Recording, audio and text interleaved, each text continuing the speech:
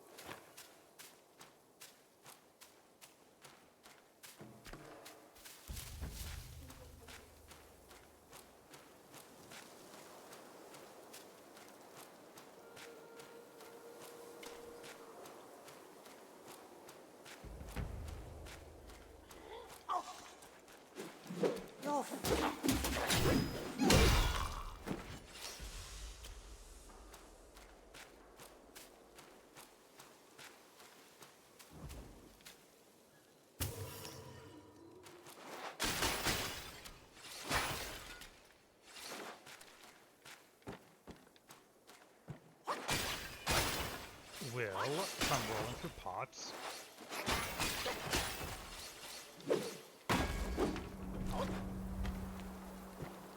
It's every Dark Souls player's dream.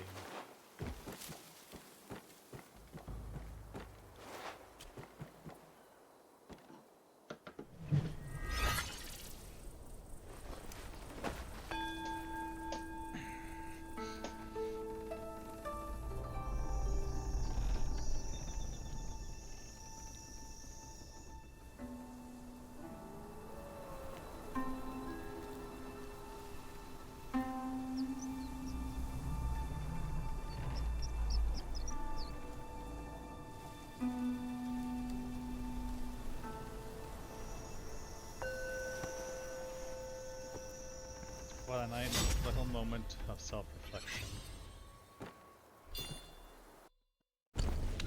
And a free level up point.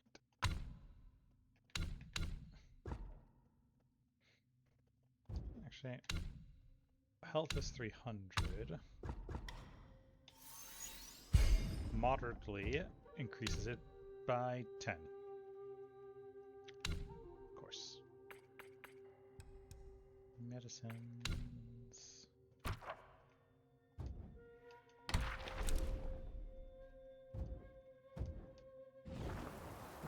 Oh. Got health back.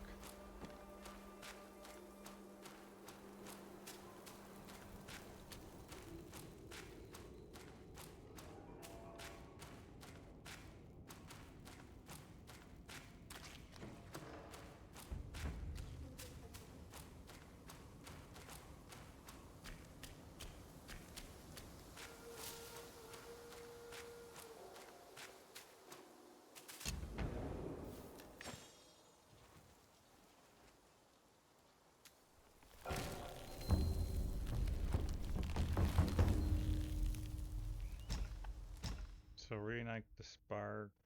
Oh, it lets you redo your stuff. Buy medicines, armor and weapon smithing, and crafting items. And you can basically just sell gold.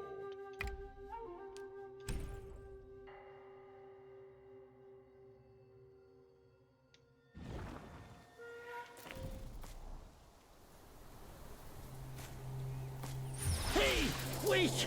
You don't think you can just parade in, do you? Yes. It's not that simple. Let me transform you into a golden cicada so you may follow the fires ahead and scout this mountain unnoticed. Fly!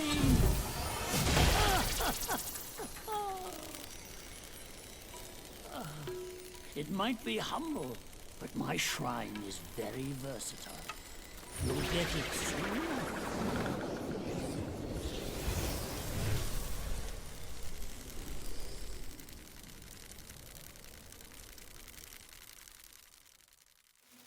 Or I could just,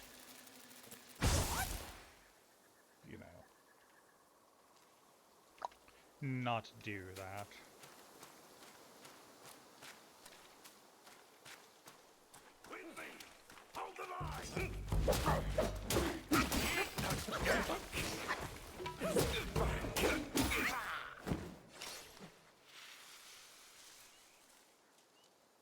Do you think they die, or do they just, you know, poof?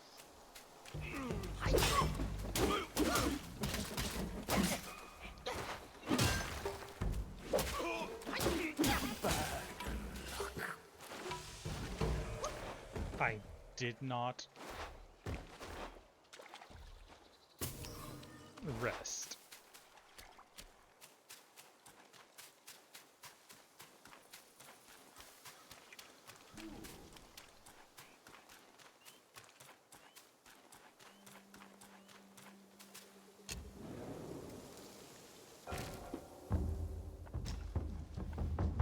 Travel.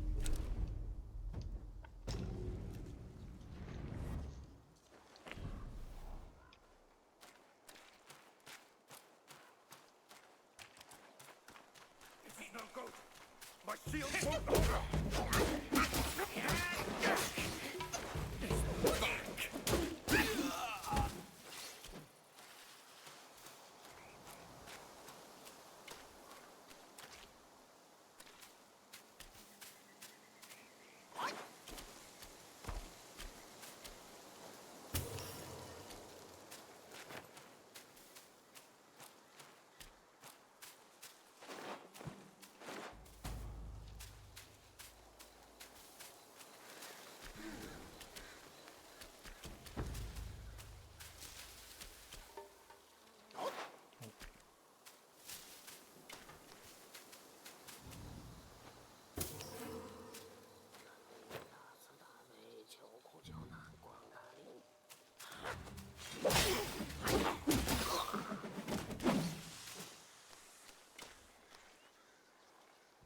No.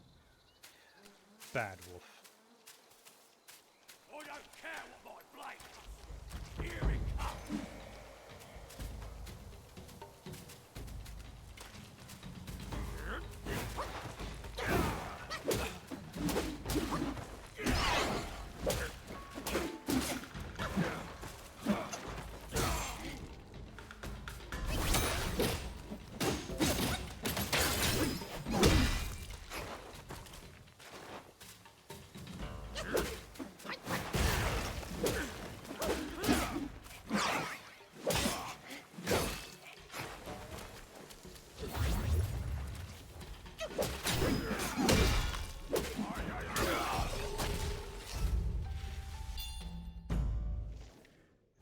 Bandit chief.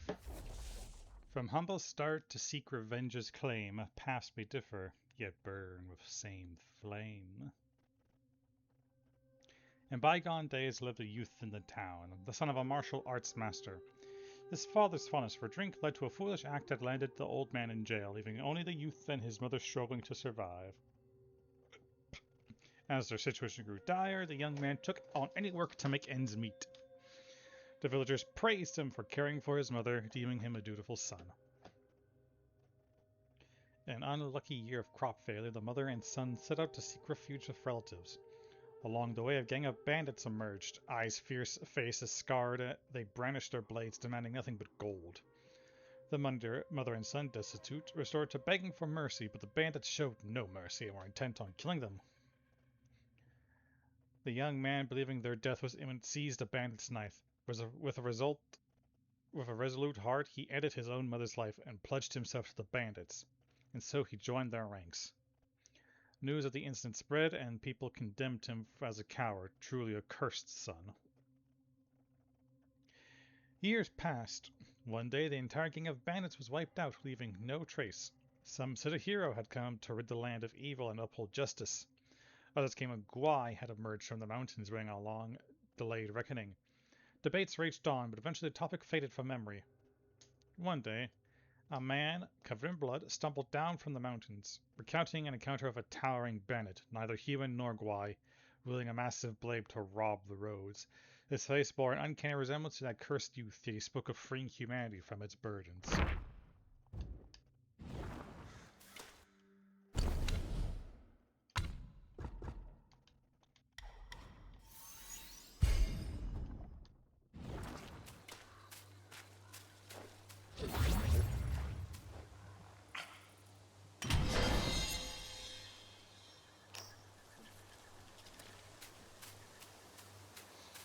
I love gold.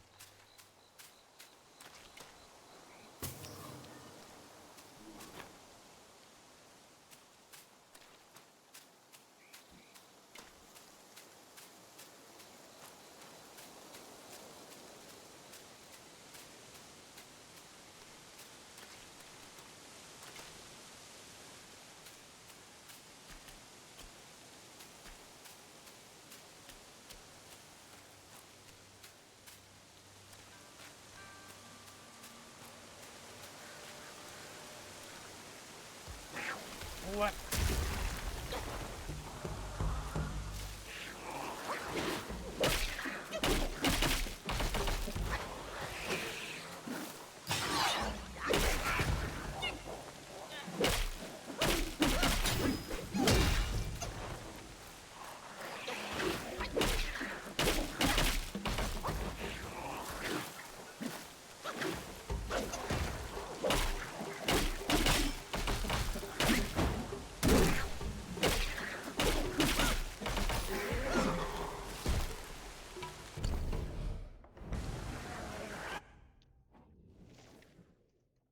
Ginseling? Inheriting gifts in these mystical sprouts reside, walking forth from the earth, spirits untied. Roots served as limbs, nourishing body and mind. Beware, excessive gathering brings hardships unkind. It was written in ancient records that consuming ginseng would bestow longevity, leading many to develop a fervent passion for devouring this precious tuber, especially aged ones. However, some scholars dismiss this notion, viewing ginseng as both a tonic and a poison. Its elevated status stemmed from its humanoid appearance, they said. Nevertheless, those who made their living by harvesting ginseng always found eager buyers. Deep within the valley, the younglings of ginseng sprouts trembled with fear at the unmistakable sound of footsteps. It was the dreaded rhythm of the ginseng harvester's mountain shoes, crushing the thick layers of decaying leaves and rocky earth. And with each eerie resonance, the siblings of the ginseng plants vanished, disappearing one by one. Only the tiniest survivors managed to evade this grim fate, their diminutive size proving a fleeting reprieve. Yet even they bore the mark of a fate, a crimson thread marking them and restraining them. Who knew when the harvesters would return to dig them up once they grew into their full potential? Time raced by, swift and unyielding, and on that day the familiar footsteps resurfaced. With the years that had passed, it was likely the offspring of harvesters who were generations younger than those who came before. Then a quickened pace, a sense of anticipation. The crimson threads have surely been spotted. But oh, what ill fortune! As the ginseng harvester reached for the thread, it led him to a grim sight, the entwined remains of a skeleton. A curse gathered on the tip of his tongue, but before he could spit it out, the ground behind him rumbled with the sound of scattered dirt. He turned his head. The shifting soil unleashed a monstrous creature, towering and menacing. Fear gripped the harvester, urging him to flee, his frantic screams piercing the air, shouting of man-devouring guais. Misters increases damage reduction for a long duration.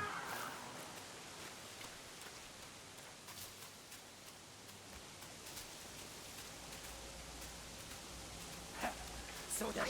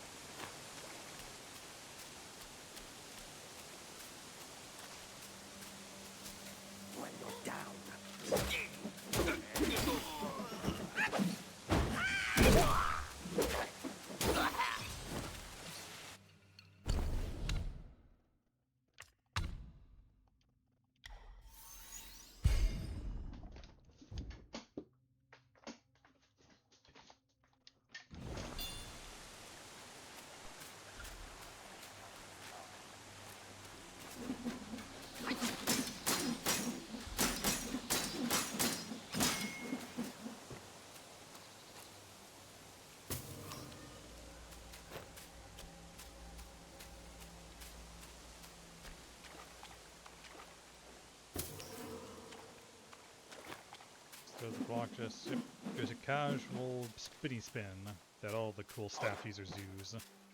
Who goes there? How dare you interrupt my meditation?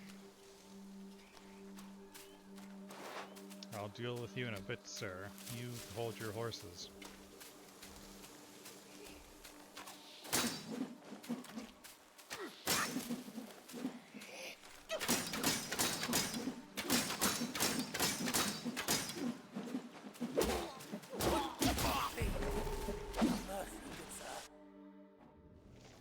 Wolf Archer.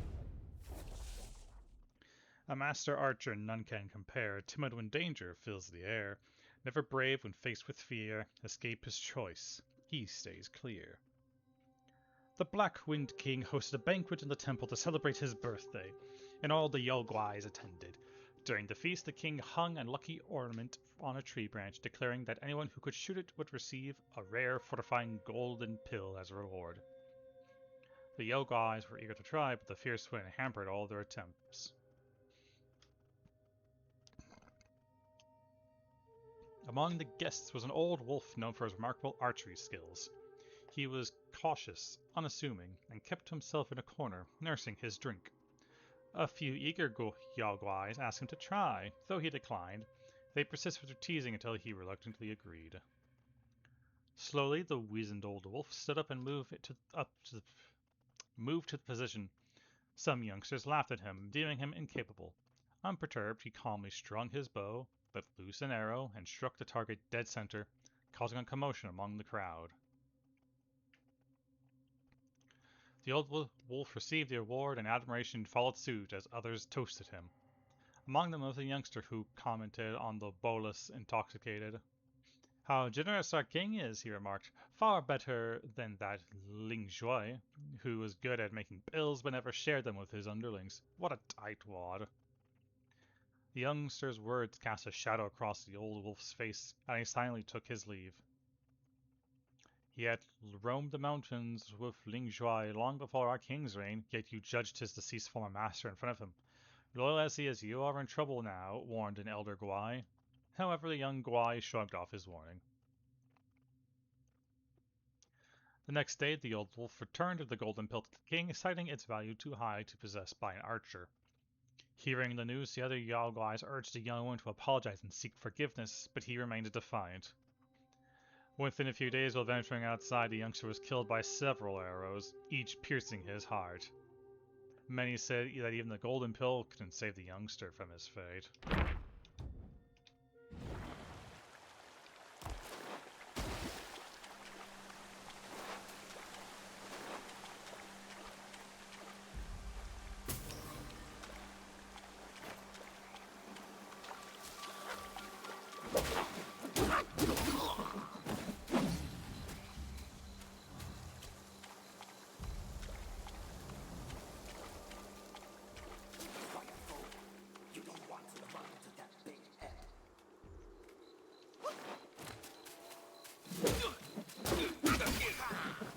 Good advice.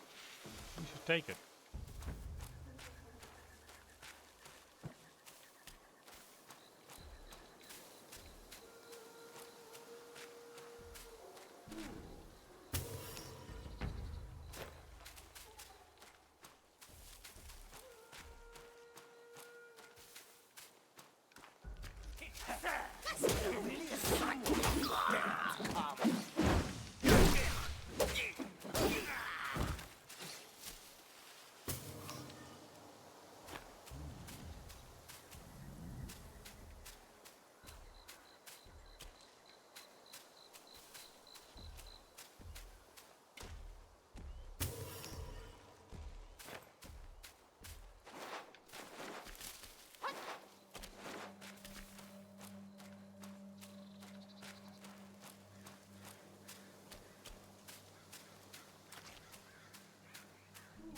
And then there was you.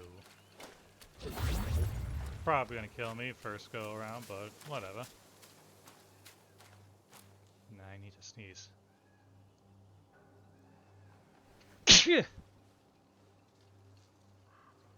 Alright.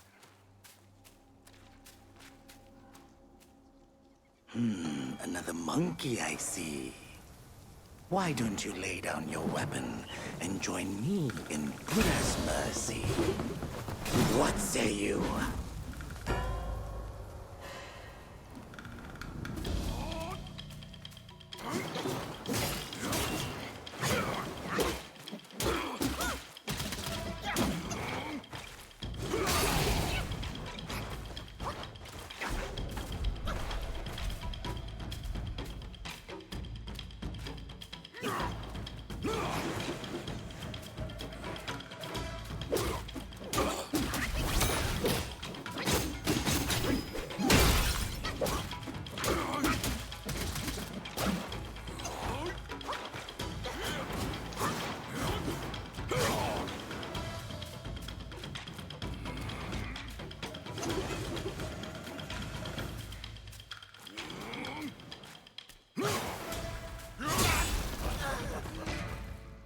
You only look like it.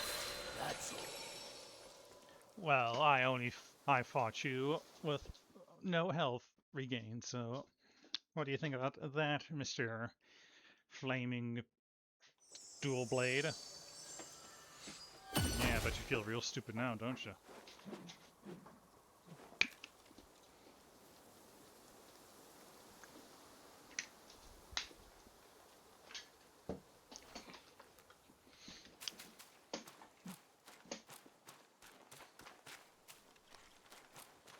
Winley, hold the line!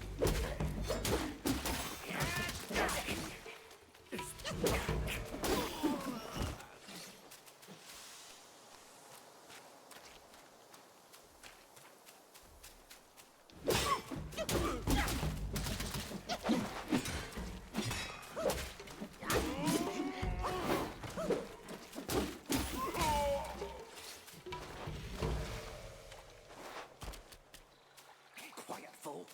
You don't want it.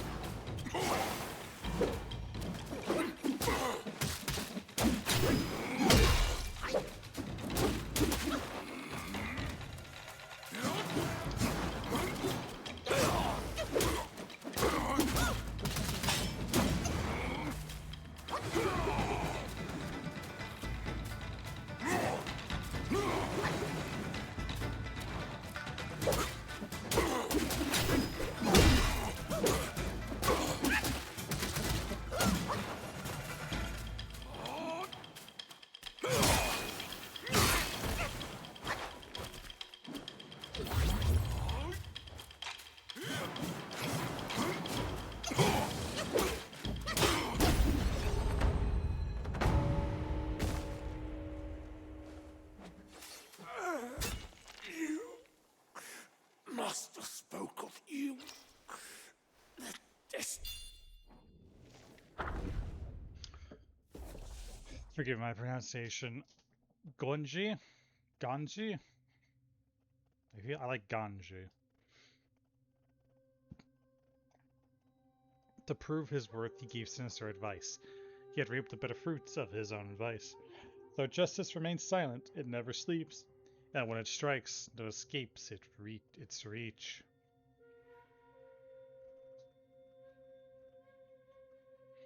In his youth, Guanji was not a monk, but a little wolf guai who yearned to be human. He often took human shape to play in town, but the people always saw through him and chased him away. When he asked the other Yao Guais why, they explained, "You may look like them, but you don't act like them. That's why they know. If you want to learn to be human, go live among them. Spend time with them to learn their ways and manners." He took this advice to heart and begged his master to grant his wish. His master, old Ling Zhui, who was close to Black Bear Guai, the mountain agreed. The Black Bear Guai transformed the pup into a little monk and sent him to study under Elder Jinshi, an old friend. At first, the fellow monks disliked him. They played tricks on him, and he always fell for it, slow and gullible as he was. Jinshi named him Guanji, the Great Wisdom, hoping he would grow clever and sharp, so his fellow monks couldn't bully him. With Jinshi's care and teaching, Guanji learned to read, write, and abide by the monastic rules. Gradually, he assimilated into their ranks. One day, 2 monks arrived at the temple. One had a fair, devout countenance, while the other had a face covered in fur. They possessed a wondrous treasure, the Kasaya of Eversparks. Jinshi had never seen anything like it before and longed for it desperately. Hoping to repay Jinshi's teachings and nurturings, Guanji devised a plan to acquire it for him. Guanji never imagined his mistake would ignite red tides of flames that engulfed the temple he called home. Afterward, Jinshi took his own life, and Ling Zhui fell to the Jinjubang. Even the Black Bear Guai surrendered and was taken to Guanyin. Guanji saw how many had suffered for his sake, and knew he had failed utterly at being human. He shed his monk robes and retreated to the mountains, repenting of Jinshi's teachings. In years of practice in the mountain, he forged a new weapon inspired by the raging flames he saw that night. He named it the Red Tides. Even to this day, after numerous years, he continues to hear a persistent call echoing through the mountains. Guangxi, Guangxi. Who could it be that keeps calling him? Poor little wolf.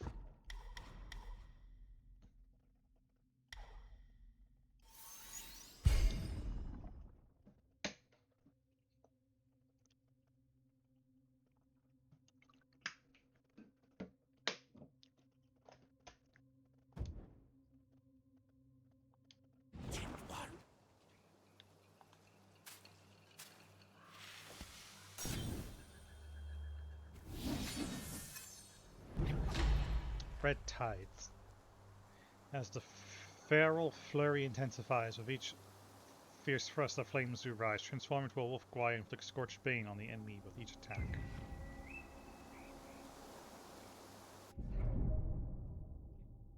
By Yao Guais often carry lingering obsessions from their deceased owners, collecting them grants the ability to briefly take on their forms in combat. Each transformation has its own strengths, making them worth experimenting with. Might requires full gauge to initiate. Using spells during transformation further depletes might, and once fully depleted, the transforms occurs automatically. Subsequently, might will gradually recover.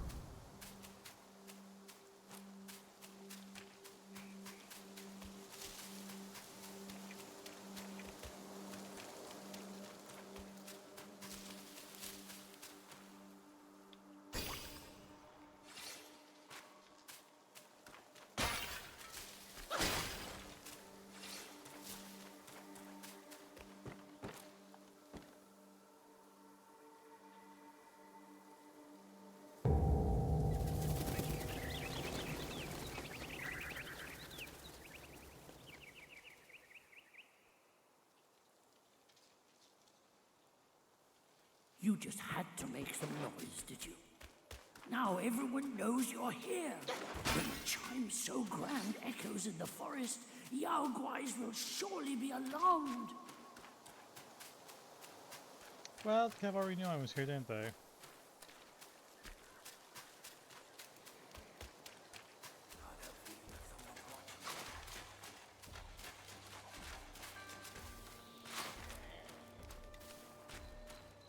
Actually, there's a good chance for me to plan something out.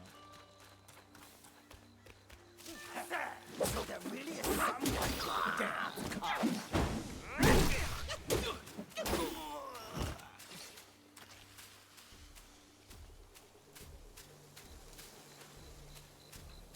Okay, so it does seem each gathering spot is a unique instance of that gathering. Neat. Boss number 2.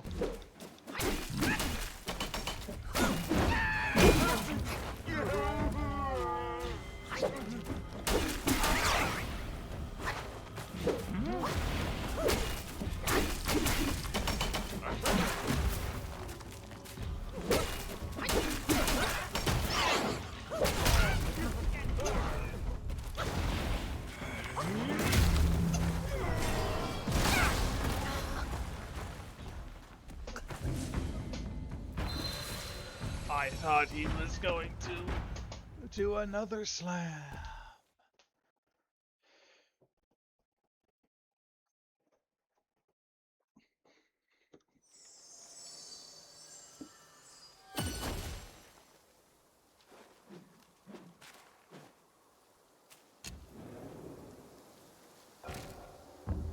Nope.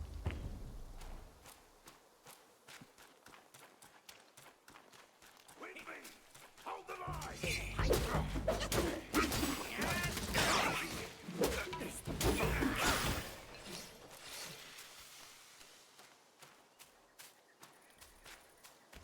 At least you're giving me materials to use later.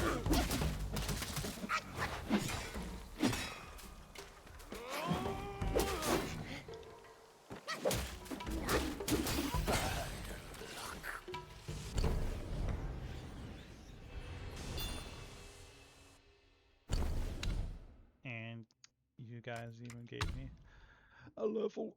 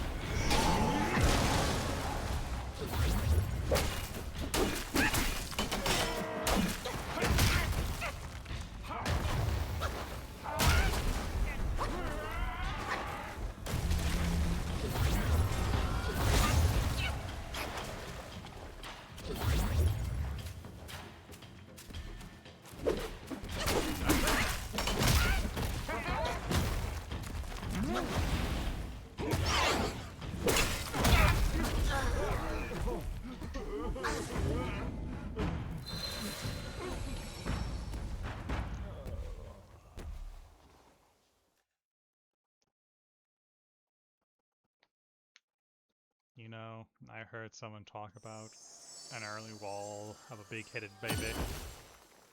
And now I understand.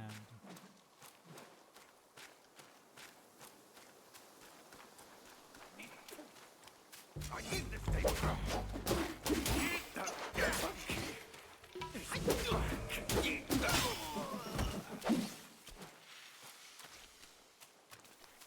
Okay, question. Nothing really stands out as attack.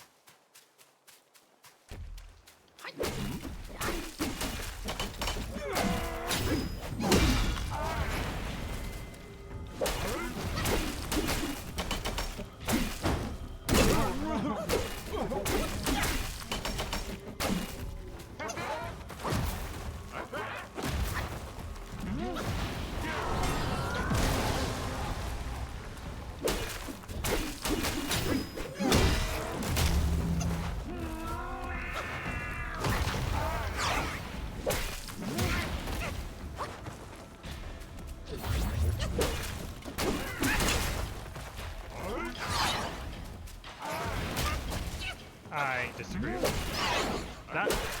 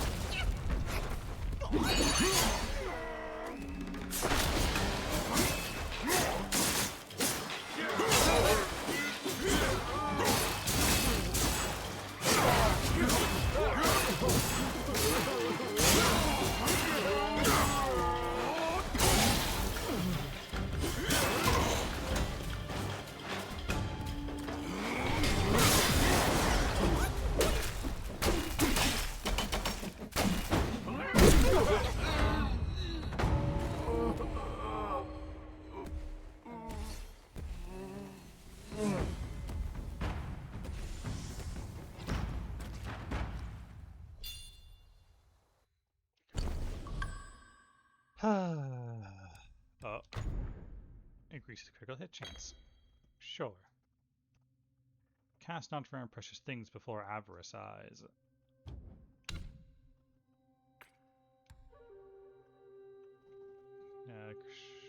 Strong, cultivate stronger spirit. Also, I've noticed there's no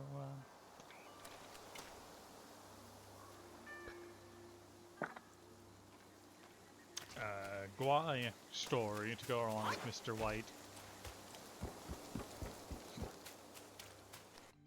That is great.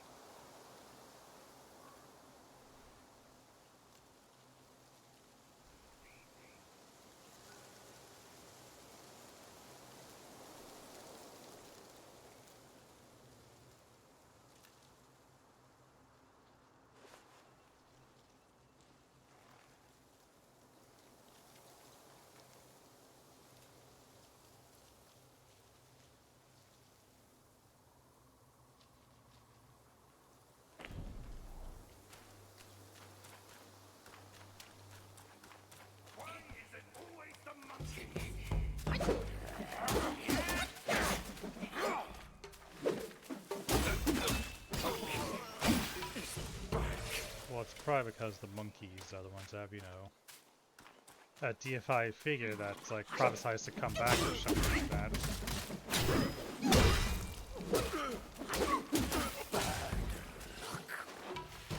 Well, that's just me.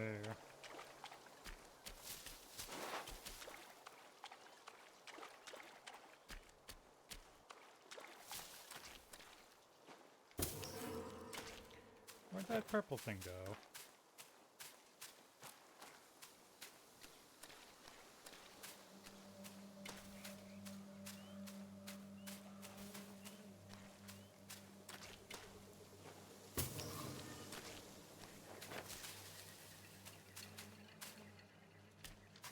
Weird.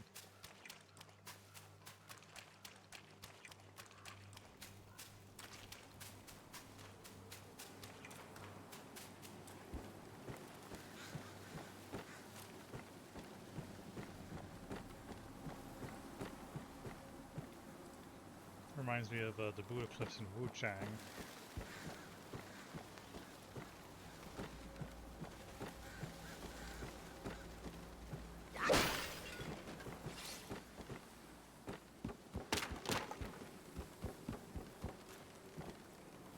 Had to double check.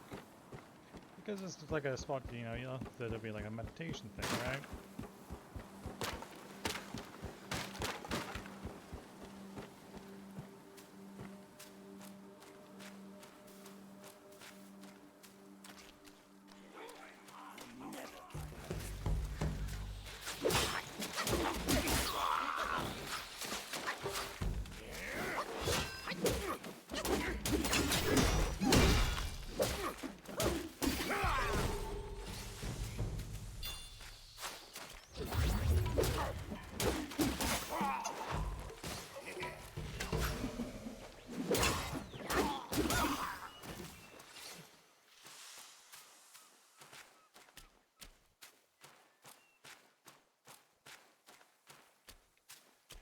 Does it have a nasty trick, ain't it? Having an ambush of Yao Guai right after beating what's his face? Mr. White. Wolf Sentinel. With his axe as both weapon and cane, his brows bushy, his hair white as snow. Who claims the twilight years are in vain, for learning late can still make one grow. Long ago, the wolf sentinels were the personal guards of the old Lingzhui. They were masters of the long-hafted axe, and the name was spoken in awe among the Yaoguai. When the Black-Winged King returned from Guayin,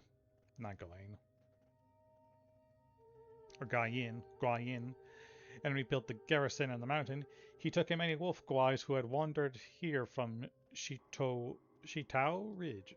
This angered the wolf guais named the Black Wind Mountain. To appease them, the Black Bear Guai pledged to revive old Lingzhui. The wolf guais then had no choice between door and silence. Yet mere days after the awakening, the old wolf vanished, and no one had seen him since. Upon learning of this, the Black Bear did not look into the matter, but allowed the senior grey wolf guai from the kingdom of Shito to take old Lingzhui's seat and even his name.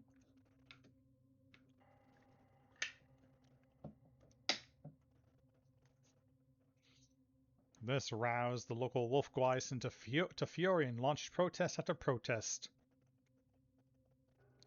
To their surprise, the wolf sentinels, at the Black Bear Guai's behest, seized the lesser guais who led the unrest.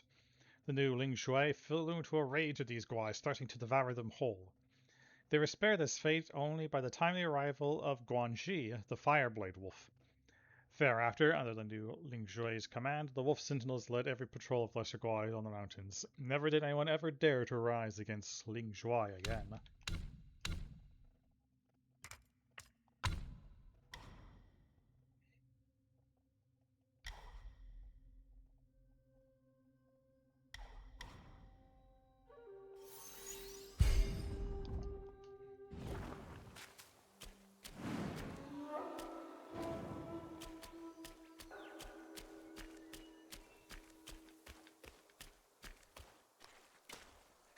Keep quiet.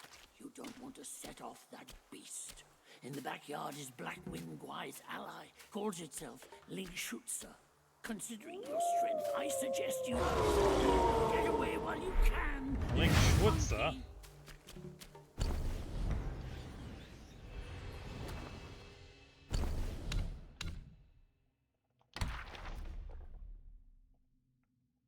That does not look like it should be Lingshutsa. But that's just me.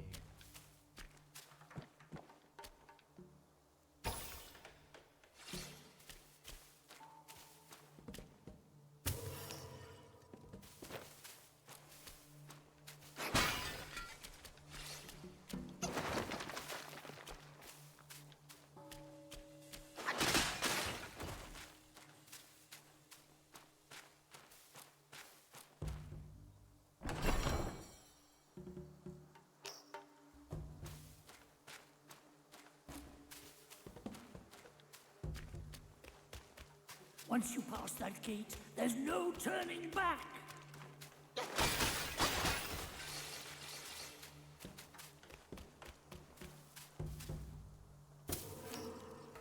I mean, there is. It's just called quitting and saving, my good sir.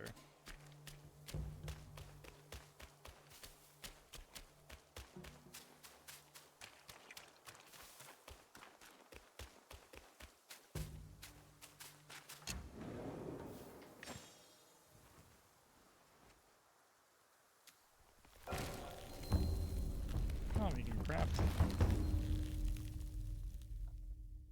Drum's headband.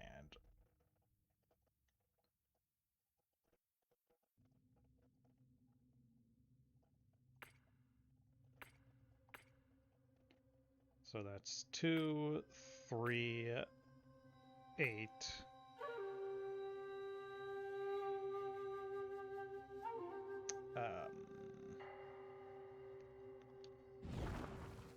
2, 3, 8, 12.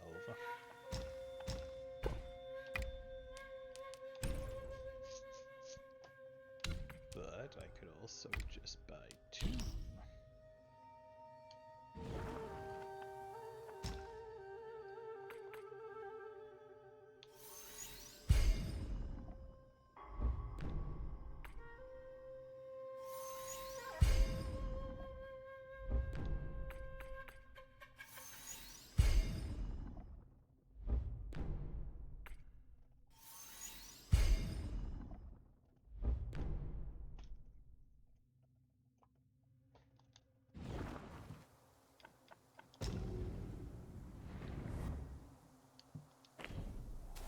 Look at these threads. Yeah, I'll have to see it.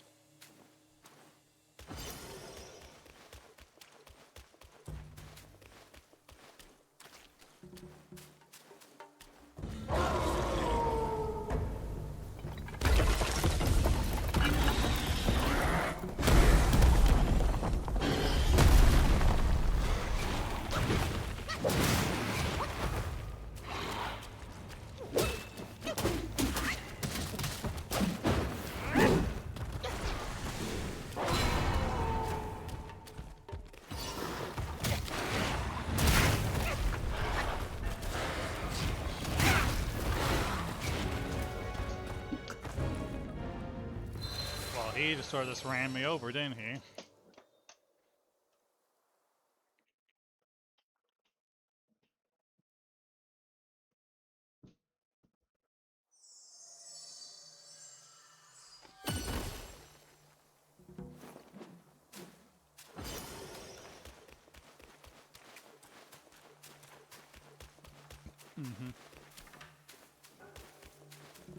Just confirming that the gathering spot did indeed disappear.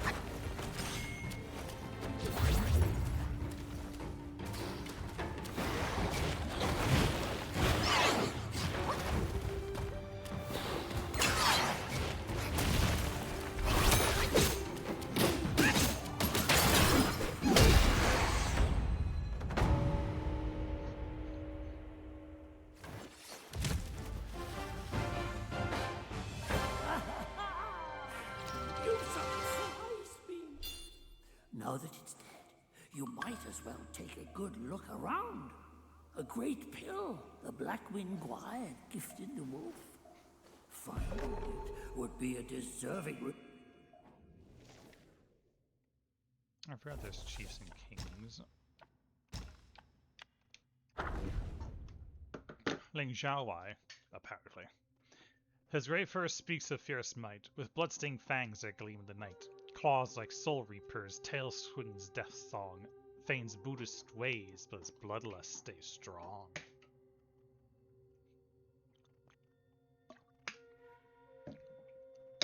The grey wolf Gwai of the temple was once a refugee from the kingdom of Shito.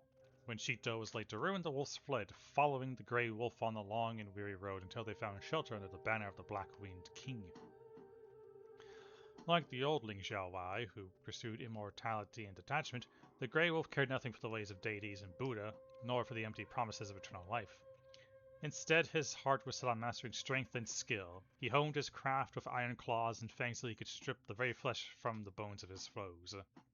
When the old Ling Xiaowai vanished, the Black Bear Gwai saw fit to elevate the Grey Wolf to the new master of the Wolf Gwais, giving him the name Ling Xiaowai, and tasking him with guarding the Guayin Temple.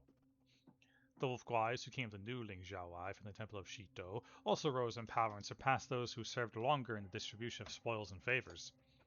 The local Wolf Gwais had little affection for the ways of the new Ling Xiaowai, and after finding themselves thrust aside, bitterness took root in their hearts, and their shared sense of grievance, they found a new unity of purpose. Often they in secret, comforting each other and sharing old memories of the old master was in power, and quietly plotting against the new one. But Ling Xiaowai was prepared. Under the pretense of a roll call, he gathered the local wolf Gwais in the temple and gave the signal to his loyal guards to seize the malcontents. The temple erupted into chaos. Ling Xiaowai then leaped down from the roof into the crowd, ready to devour all who dared betray him. The Fireblade Wolf, hearing the commotion, rushed over and managed to hold Ling Xiaowai off and bought the minions time to flee to safety. When Black-Winged King learned of this, he was ready to unleash punishment upon the rebellious wolf Gwais, but the Snake Gwai mediated and peace was restored. Yet from that day forth, the local wolf Gwais refused to tread within even the shadow of the walls of Gaoyin Temple.